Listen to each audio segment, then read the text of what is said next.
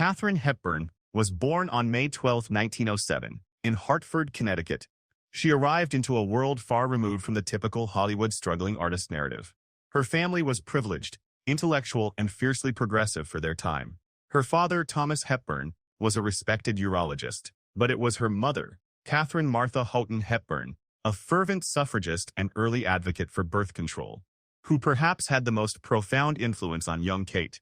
From a tender age, Katharine was encouraged to think for herself, challenge convention, and embrace physical activity. She was a natural tomboy, preferring climbing trees, playing sports, and dressing in practical clothes to the frills and social graces expected of girls her era. This upbringing instilled in her a confidence, a directness, and a complete lack of interest in conforming to societal expectations, traits that would both define her and cause significant friction in the image-obsessed world of Hollywood. Tragedy struck her young life when at age 14, she discovered her older brother Tom, whom she adored, had died. This event was deeply traumatic and shaped her forever, reportedly contributing to her often guarded nature and an intensity that remained with her throughout her life.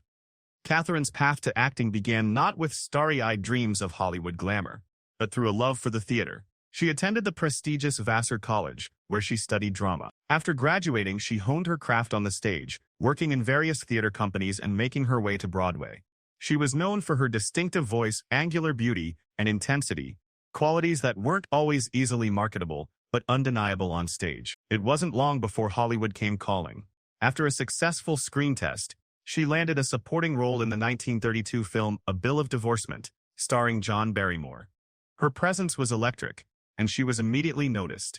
Stardom came almost overnight. She won her first Academy Award for her third film Morning Glory in 1933, playing a determined young actress striving for success. It seemed she was destined for a smooth, meteoric rise to the top. But Katharine Hepburn was not interested in being just another Hollywood starlet. She refused to play the game according to the studio's rule. She hated giving interviews, shunned glamorous dresses for her trademark trousers and simple attire, and spoke her mind with startling bluntness. This defiance, coupled with a string of less successful films after her early Oscar win, led the industry to label her box office poison. By the late 90s, she was seen as difficult, eccentric, and no longer profitable. Rather than bowing out, Hepburn retreated to the stage, where she had more control. It was a critical period, forcing her to reconsider her approach to Hollywood. She learned, perhaps, that a degree of compromise was necessary, or at least, that owning her own projects was key. This period also saw relationships with powerful men like director John Ford and aviation mogul Howard Hughes, which provided support but didn't fit the conventional romantic narrative Hollywood often demanded. Katharine Hepburn engineered her own spectacular comeback. She acquired the film rights to the hit Broadway play The Philadelphia Story and sold them to Metro-Goldwyn-Mayer, under the condition that she would star in the lead role of Tracy Lord. The film, released in 1940, was a massive hit, earning her another Oscar nomination and silencing her critics. She had proven she could be a major movie star, on her own terms. This success led to a contract with Metro-Goldwyn-Mayer, the biggest and most glamorous studio in Hollywood. It was at Metro-Goldwyn-Mayer that destiny, or perhaps carefully orchestrated studio planning, brought her together with Spencer Tracy. Tracy was already one of the studio's top male stars. Rugged, acclaimed, known for his naturalistic acting style. He was also a complex man, married to Louise Tracy and battling personal demons, including a serious drinking problem. They were cast together in the 1942 film Woman of the Year. The story goes that when they were first introduced on set by producer Arthur Freed, the tall, angular Hepburn quipped, "Mr. Tracy, I believe I'm a little tall for you." Tracy, known for his dry wit, reportedly retorted, "Don't worry, Miss Hepburn, I'll cut you down to my size." Whether the anecdote is true or embellished, their meeting was instantly iconic, a clash of two unique forces of nature. The on-screen chemistry between them was electric, undeniable from their very first scene together. They were a perfect match on celluloid. Off-screen, according to many accounts, a deep connection also began to form during the filming of Woman of the Year. It was the beginning of a relationship that would become the defining narrative of Katharine Hepburn's personal life for the next 26 years. A relationship shrouded in privacy and fueling speculation that lasts to this day. The relationship between Katharine Hepburn and Spencer Tracy spanned nearly 3 decades, from 1942 until Tracy's death in 1967. For the public, it was presented or at least widely perceived as one of Hollywood's greatest love stories. They made 9 films together, each showcasing their incredible on-screen dynamic, solidifying their image as the ultimate cinematic couple. Defying her father's wishes, Grace set her sights on acting, enrolling at the prestigious American Academy of Dramatic Arts in New York City in 1947. It was here, in the competitive, bustling environment of New York theater, that Grace began to shed some of her Philadelphia reserve. They never married, a fact often attributed to Tracy's refusal to divorce his wife, Louise, due to his Catholic faith. They didn't live together full-time, maintaining separate residences for most of their relationship. Despite the lack of public display, the narrative of a deep, enduring, and deeply personal bond was widely accepted. Friends and colleagues often spoke of the profound connection and mutual support they shared. Hepburn, in particular, became increasingly dedicated to Tracy, especially in his later years as his health declined due to his struggles with alcoholism and other ailments. She reportedly scaled back her career significantly to be with him and care for him. This narrative of a quiet, steadfast love affair became the standard interpretation. It fit the image of the fiercely independent Hepburn finding her match in the complex, powerful Tracy. It was a love story that unfolded away from the glare of the spotlight, seemingly too deep and personal for public consumption. But it was precisely this extreme privacy, this unconventional structure, and certain lingering questions that kept the whispers alive. Whispers that suggested the public narrative was incomplete, or perhaps entirely misleading. And so, we arrive at the core of the enigma, the provocative question that has haunted Katharine Hepburn's legacy for decades. Was her intense 26-year relationship with Spencer Tracy a genuine, profound love story, or was it, as some have long speculated, a carefully constructed cover story, a necessary facade in the unforgiving world of old Hollywood to conceal her true sexual orientation? To understand this mystery, we must first understand the brutal reality of Hollywood during the Golden Age. It was an era of strict studio control, of morality clauses in contracts, and of intense public scrutiny. For a star to be openly anything other than heterosexual and preferably married with children was professional, and often personal, suicide. Homosexuality was not only taboo, it was considered a mental illness, and in many places illegal. Careers could be instantly destroyed by even a whisper of scandal concerning one's sexuality. Against this backdrop, let's examine the 2 competing narratives surrounding Katharine Hepburn and Spencer Tracy. First of all, this is a profound love story. This is the story most widely accepted, the one perpetuated by Hepburn herself in her memoir and by many who knew them. It paints a picture of 2 complex, unique individuals who found an undeniable connection that transcended conventional definitions of romance. Proponents of this view argue that the chemistry seen on screen was merely an extension of a deep intellectual and emotional bond they shared off-screen. They both possessed sharp wits, loved intelligent conversation, and had a similar no-nonsense approach to work and life. They challenged each other, respected each other's talent immensely, and found comfort in each other's company. In her memoir, Me, Stories of My Life, published long after Tracy's death, Hepburn spoke openly, albeit with her characteristic reserve, about her feelings for Tracy. She described him as the finest actor I ever worked with, and acknowledged the profound impact he had on her life. While she didn't dwell on the romantic details in a gushing way, she spoke of their connection with a depth that many interpreted as deep love. She detailed his struggles with alcoholism and his health issues, and her deep concern for him. Her decision to write the memoir, she said, was partly motivated by a desire to honor Tracy. Many people who were close to both Hepburn and Tracy attested to the genuine nature of their bond. The writer George Coe, a longtime friend to Hepburn and director of several of their films, often spoke about their connection. Garson Kanin, another friend and director, wrote a book specifically about their relationship, titled Tracy and Hepburn, an intimate memoir, which portrayed their relationship as a deep, if unusual, love affair based on his observations and conversations with them. These accounts describe mutual affection, inside jokes, shared confidences, and a deep reliance on each other. Perhaps the most compelling evidence for a deep bond is Hepburn's unwavering dedication to Tracy as his health deteriorated significantly in his final decade. She reportedly turned down numerous film roles to be available to him, moving closer to his residence in California and dedicating herself to helping manage his health issues and ensuring his comfort. This level of self-sacrifice is often seen as the hallmark of a profound love, moving beyond infatuation into deep commitment and care. She was by his side when he died in 1967. Hepburn's reaction to Tracy's death was described as utterly heartbroken. She did not attend his funeral, a decision she explained was out of respect for his wife and family. Acknowledging her place was secondary in that public moment. But friends reported her immense grief and sense of loss. It took her a considerable amount of time to recover from his passing, a period often described as one of deep sadness and withdrawal. This level of prolonged mourning is consistent with having lost the most important person in one's life. Proponents argue that the lack of marriage and public displays were simply a consequence of Tracy's circumstances and Hepburn's inherent anti-conventional nature. They didn't need public validation. Their connection was private and deeply personal. This explanation allows for the relationship to be genuinely loving without fitting the standard Hollywood mold. In this narrative, the relationship with Spencer Tracy was not a cover. It was the central, defining real love story of Katharine Hepburn's life, albeit one marked by its own unique set of challenges and boundaries. The second argument is that this is just a story in disguise. This alternative narrative, explored by some biographers and fueled by persistent rumors, suggests that, while there was undoubtedly a significant bond between Hepburn and Tracy, perhaps a deep friendship, a professional partnership, or even a platonic soulmate connection, been perceived by some as indicators of her sexual orientation.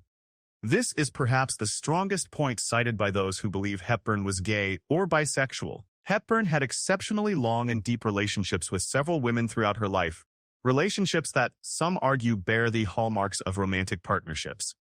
Hepburn's relationship with Laura Harding spanned over 60 years.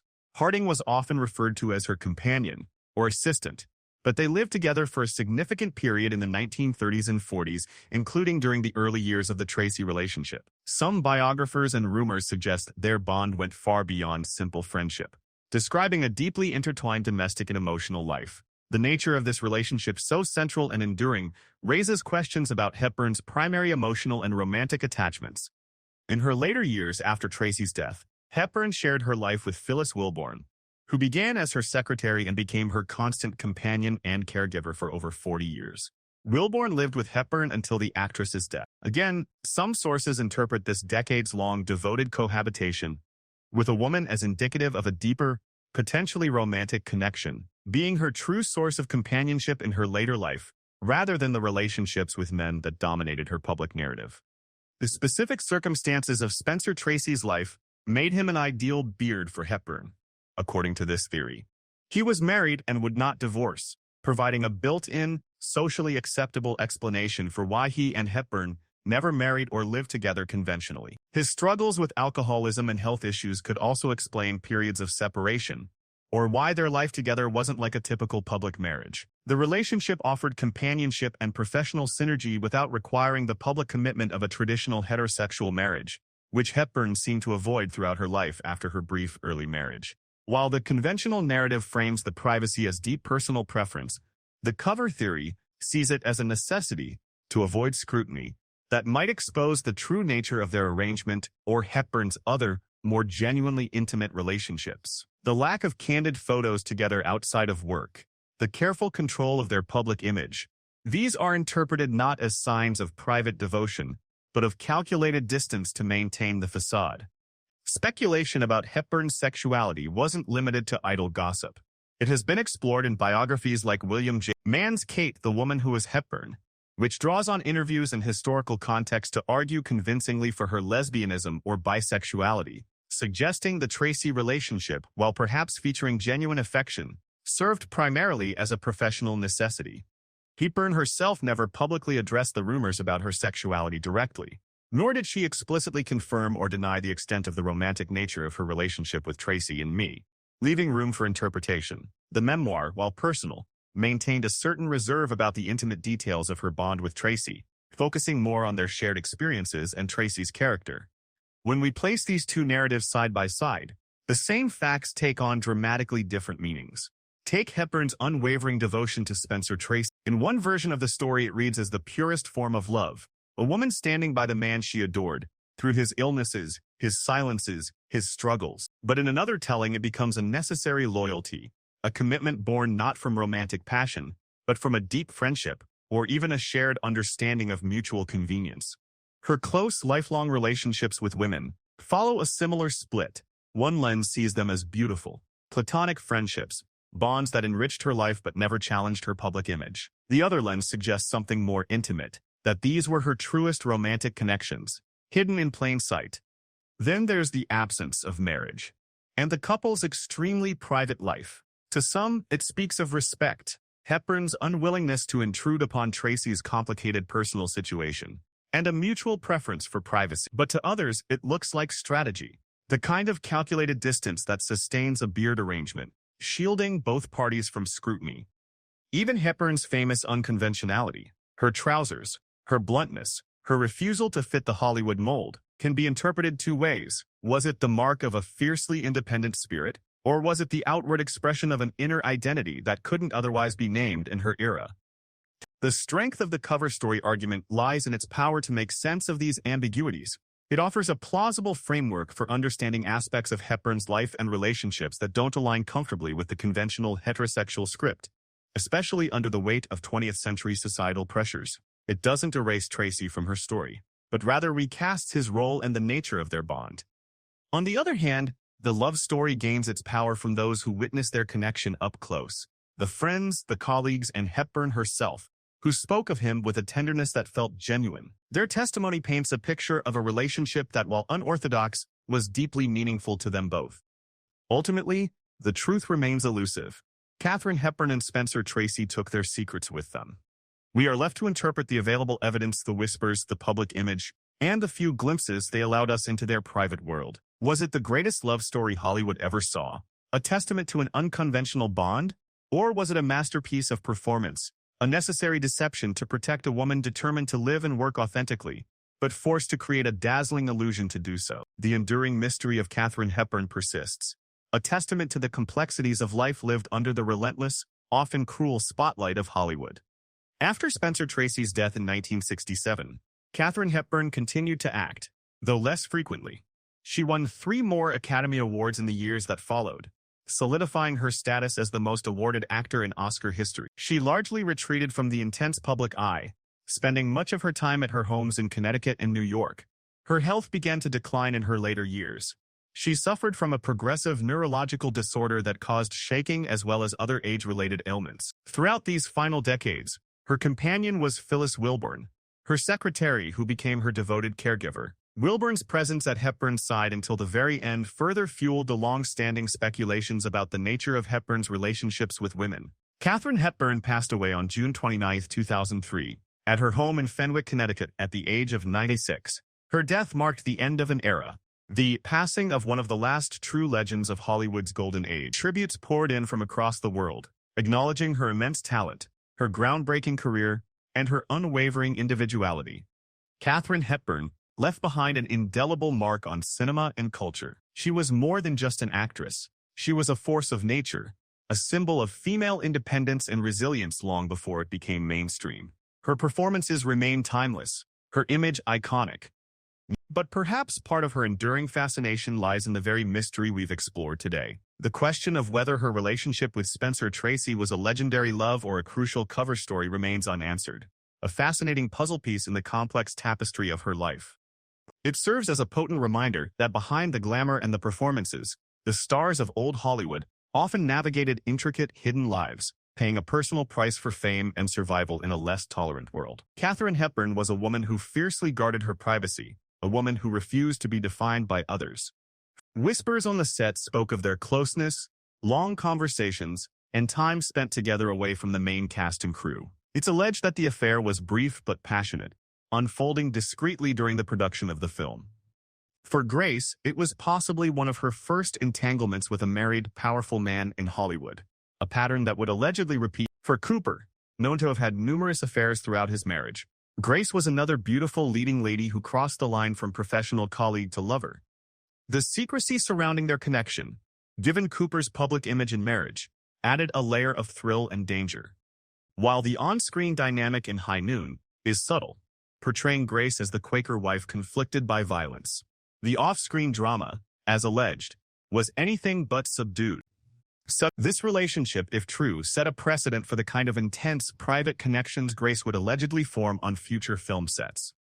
Fresh off the success of Mogambo, Grace was cast in Alfred Hitchcock's chilling thriller Dial M for Murder.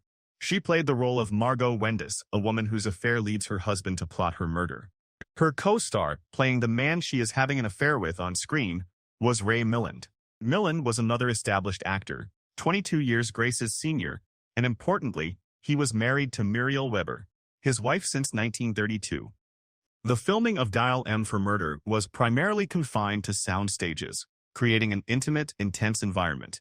Working closely on a story about adultery and passion, the lines between the characters and the actors could blur. According to some reports and long-standing rumors, the on-screen chemistry between Grace and Milland spilled over into an off-screen affair. The alleged relationship with Milland is sometimes described as more fleeting but intensely passionate. One particularly dramatic anecdote, recounted in various unauthorized biographies, involves a rumored incident where Milland's wife Muriel allegedly arrived unexpectedly on set or at their apartment and discovered Grace there under suspicious circumstances. The details vary in sensationalism, but the core story persists. A near discovery that caused significant panic and led to efforts to quickly hush up the situation to avoid scandal for both stars, particularly damaging for Milland, who was seen as a respectable figure, and for Grace, whose carefully crafted image was just beginning to solidify. While the public remained largely unaware, within the tight-knit circle of Hollywood, whispers of the Milland affair reportedly circulated, painting a picture of Grace Kelly not as the untouchable ice princess, but as a woman capable of intense passion and risky behavior behind closed doors. Perhaps the most talked about and intensely rumored affairs occurred during the production of The Country Girl, the film that would win Grace her Academy Award. This production is often cited as a turning point in discussions of her private life, as it involved not one, but two of her married co-stars, leading to conflicting accounts of which relationship was more significant, or if both occurred simultaneously. First, let's consider Bing Crosby. Crosby was a national treasure, a beloved singer and actor, a symbol of wholesome entertainment. He was also a widower, who had remarried in 1953 to actress Katharine Grant, just before filming The Country Girl. Crosby played the role of the alcoholic Frank Elgin, while Grace played his devoted, long-suffering wife Georgie. Working together on such emotionally heavy material reportedly brought Grace and Crosby very close. Some accounts suggest that Crosby, captivated by Grace's beauty and talent, developed strong feelings for her. There were rumors not necessarily of a passionate affair like the others, but of Crosby seriously considering Grace as a potential partner, perhaps even a replacement for his new wife, or at least wishing things were different. Their dynamic was more complex, involving discussions about life, religion, and perhaps even the possibility of a future together if circumstances were different. While perhaps less scandalous than the alleged physical affairs with others, the connection with Crosby highlighted Grace's ability to form deep bonds with older, established married men. Some biographers posit that had Prince Rainier not entered the picture when he did, a relationship between Grace and Crosby, despite his marriage, might have developed further. However, it is the alleged affair with the other co-star in The Country Girl, William Holden, that holds the most weight in the sensational narrative of Grace Kelly's private life and constitutes the most significant portion of these claims. Holden was a major star, known for his handsome looks and intense screen presence. He was married to actress Brenda Marshall since 1941. Holden played the director who tries to revive Frank Elgin's career and becomes entangled with Georgie. According to numerous sources, the relationship between Grace Kelly and William Holden during the filming of The Country Girl was explosive and deeply passionate. Unlike the more reserved Grace seen publicly, accounts from those allegedly close to the situation describe her being completely smitten with Holden. Their on-screen roles, portraying complex emotional turmoil and strained relationships, seemed to mirror a real-life drama unfolding off-screen. Sources cited by biographers describe secret meetings, intense emotional connection, and undeniable physical passion between Grace and Holden. The affair was reportedly all-consuming for a period. Holden himself was known for being a charismatic figure with a history of affairs, but friends reportedly noted the intensity of his feelings for Grace.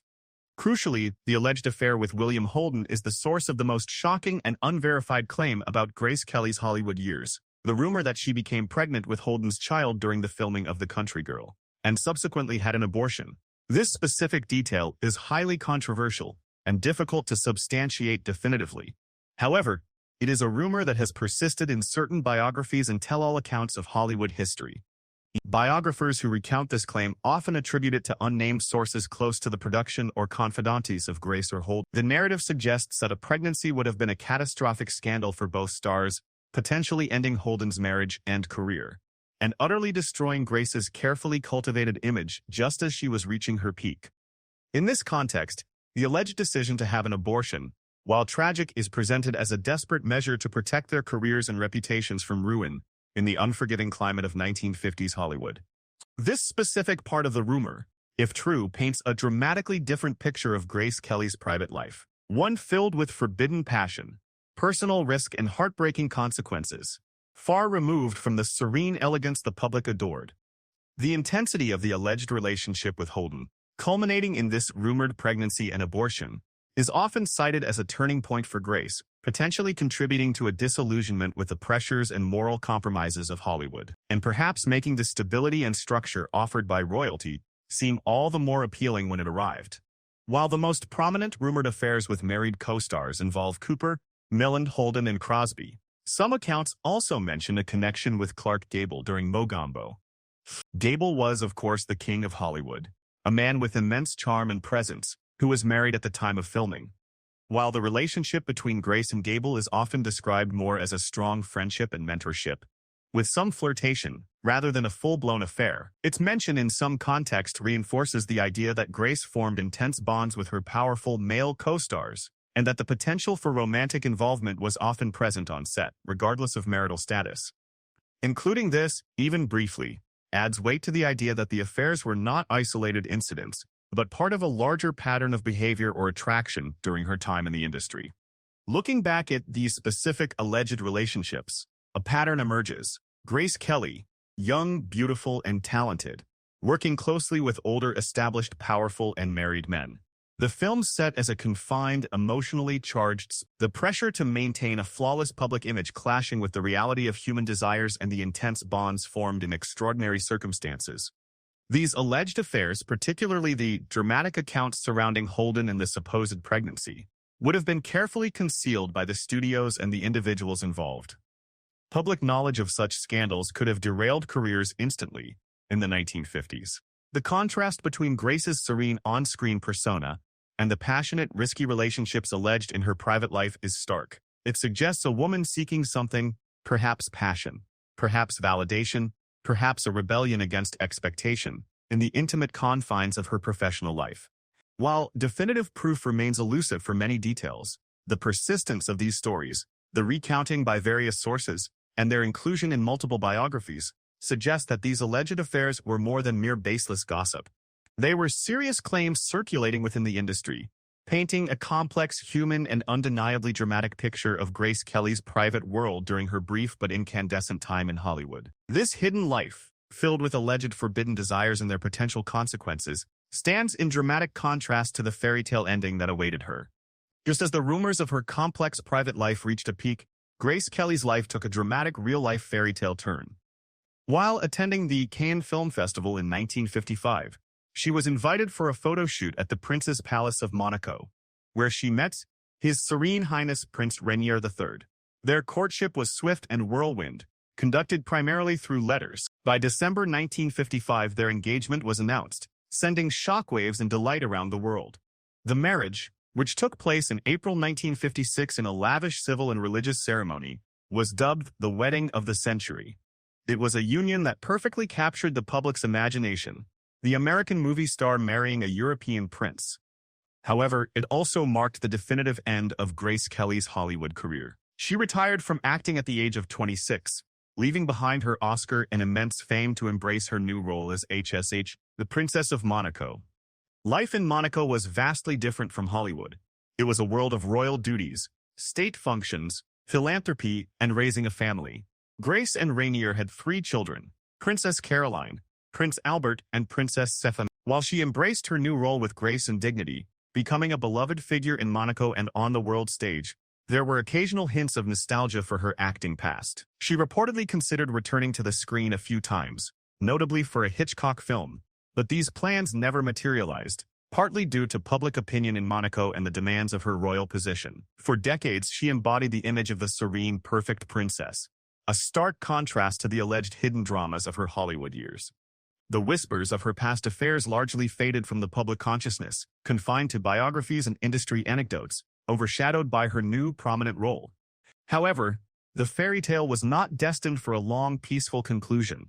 On September 13, 1982, while driving back to Monaco with her youngest daughter, Princess Stephanie, Princess Grace suffered a stroke, causing her to lose control of the car.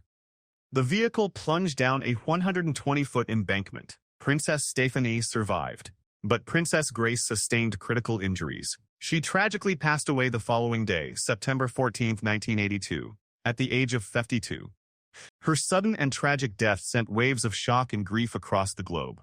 It felt like an abrupt, cruel end to a life that had transitioned so spectacularly from the heights of Hollywood glamour to the dignity of European royalty. The world mourned the loss of an icon, remembering her timeless beauty, her cinematic achievements, and her graceful reign as princess. Grace Kelly remains one of the most fascinating figures of the 20th century, a woman who seamlessly blended the worlds of art and aristocracy. Her legacy is multifaceted, a celebrated actress of the Hollywood Golden Age, a muse for a legendary director and a revered princess who modernized the image of Monaco's royal family. But the persistent stories of her alleged affairs with married co-stars add a layer of complexity and human vulnerability to her seemingly perfect life.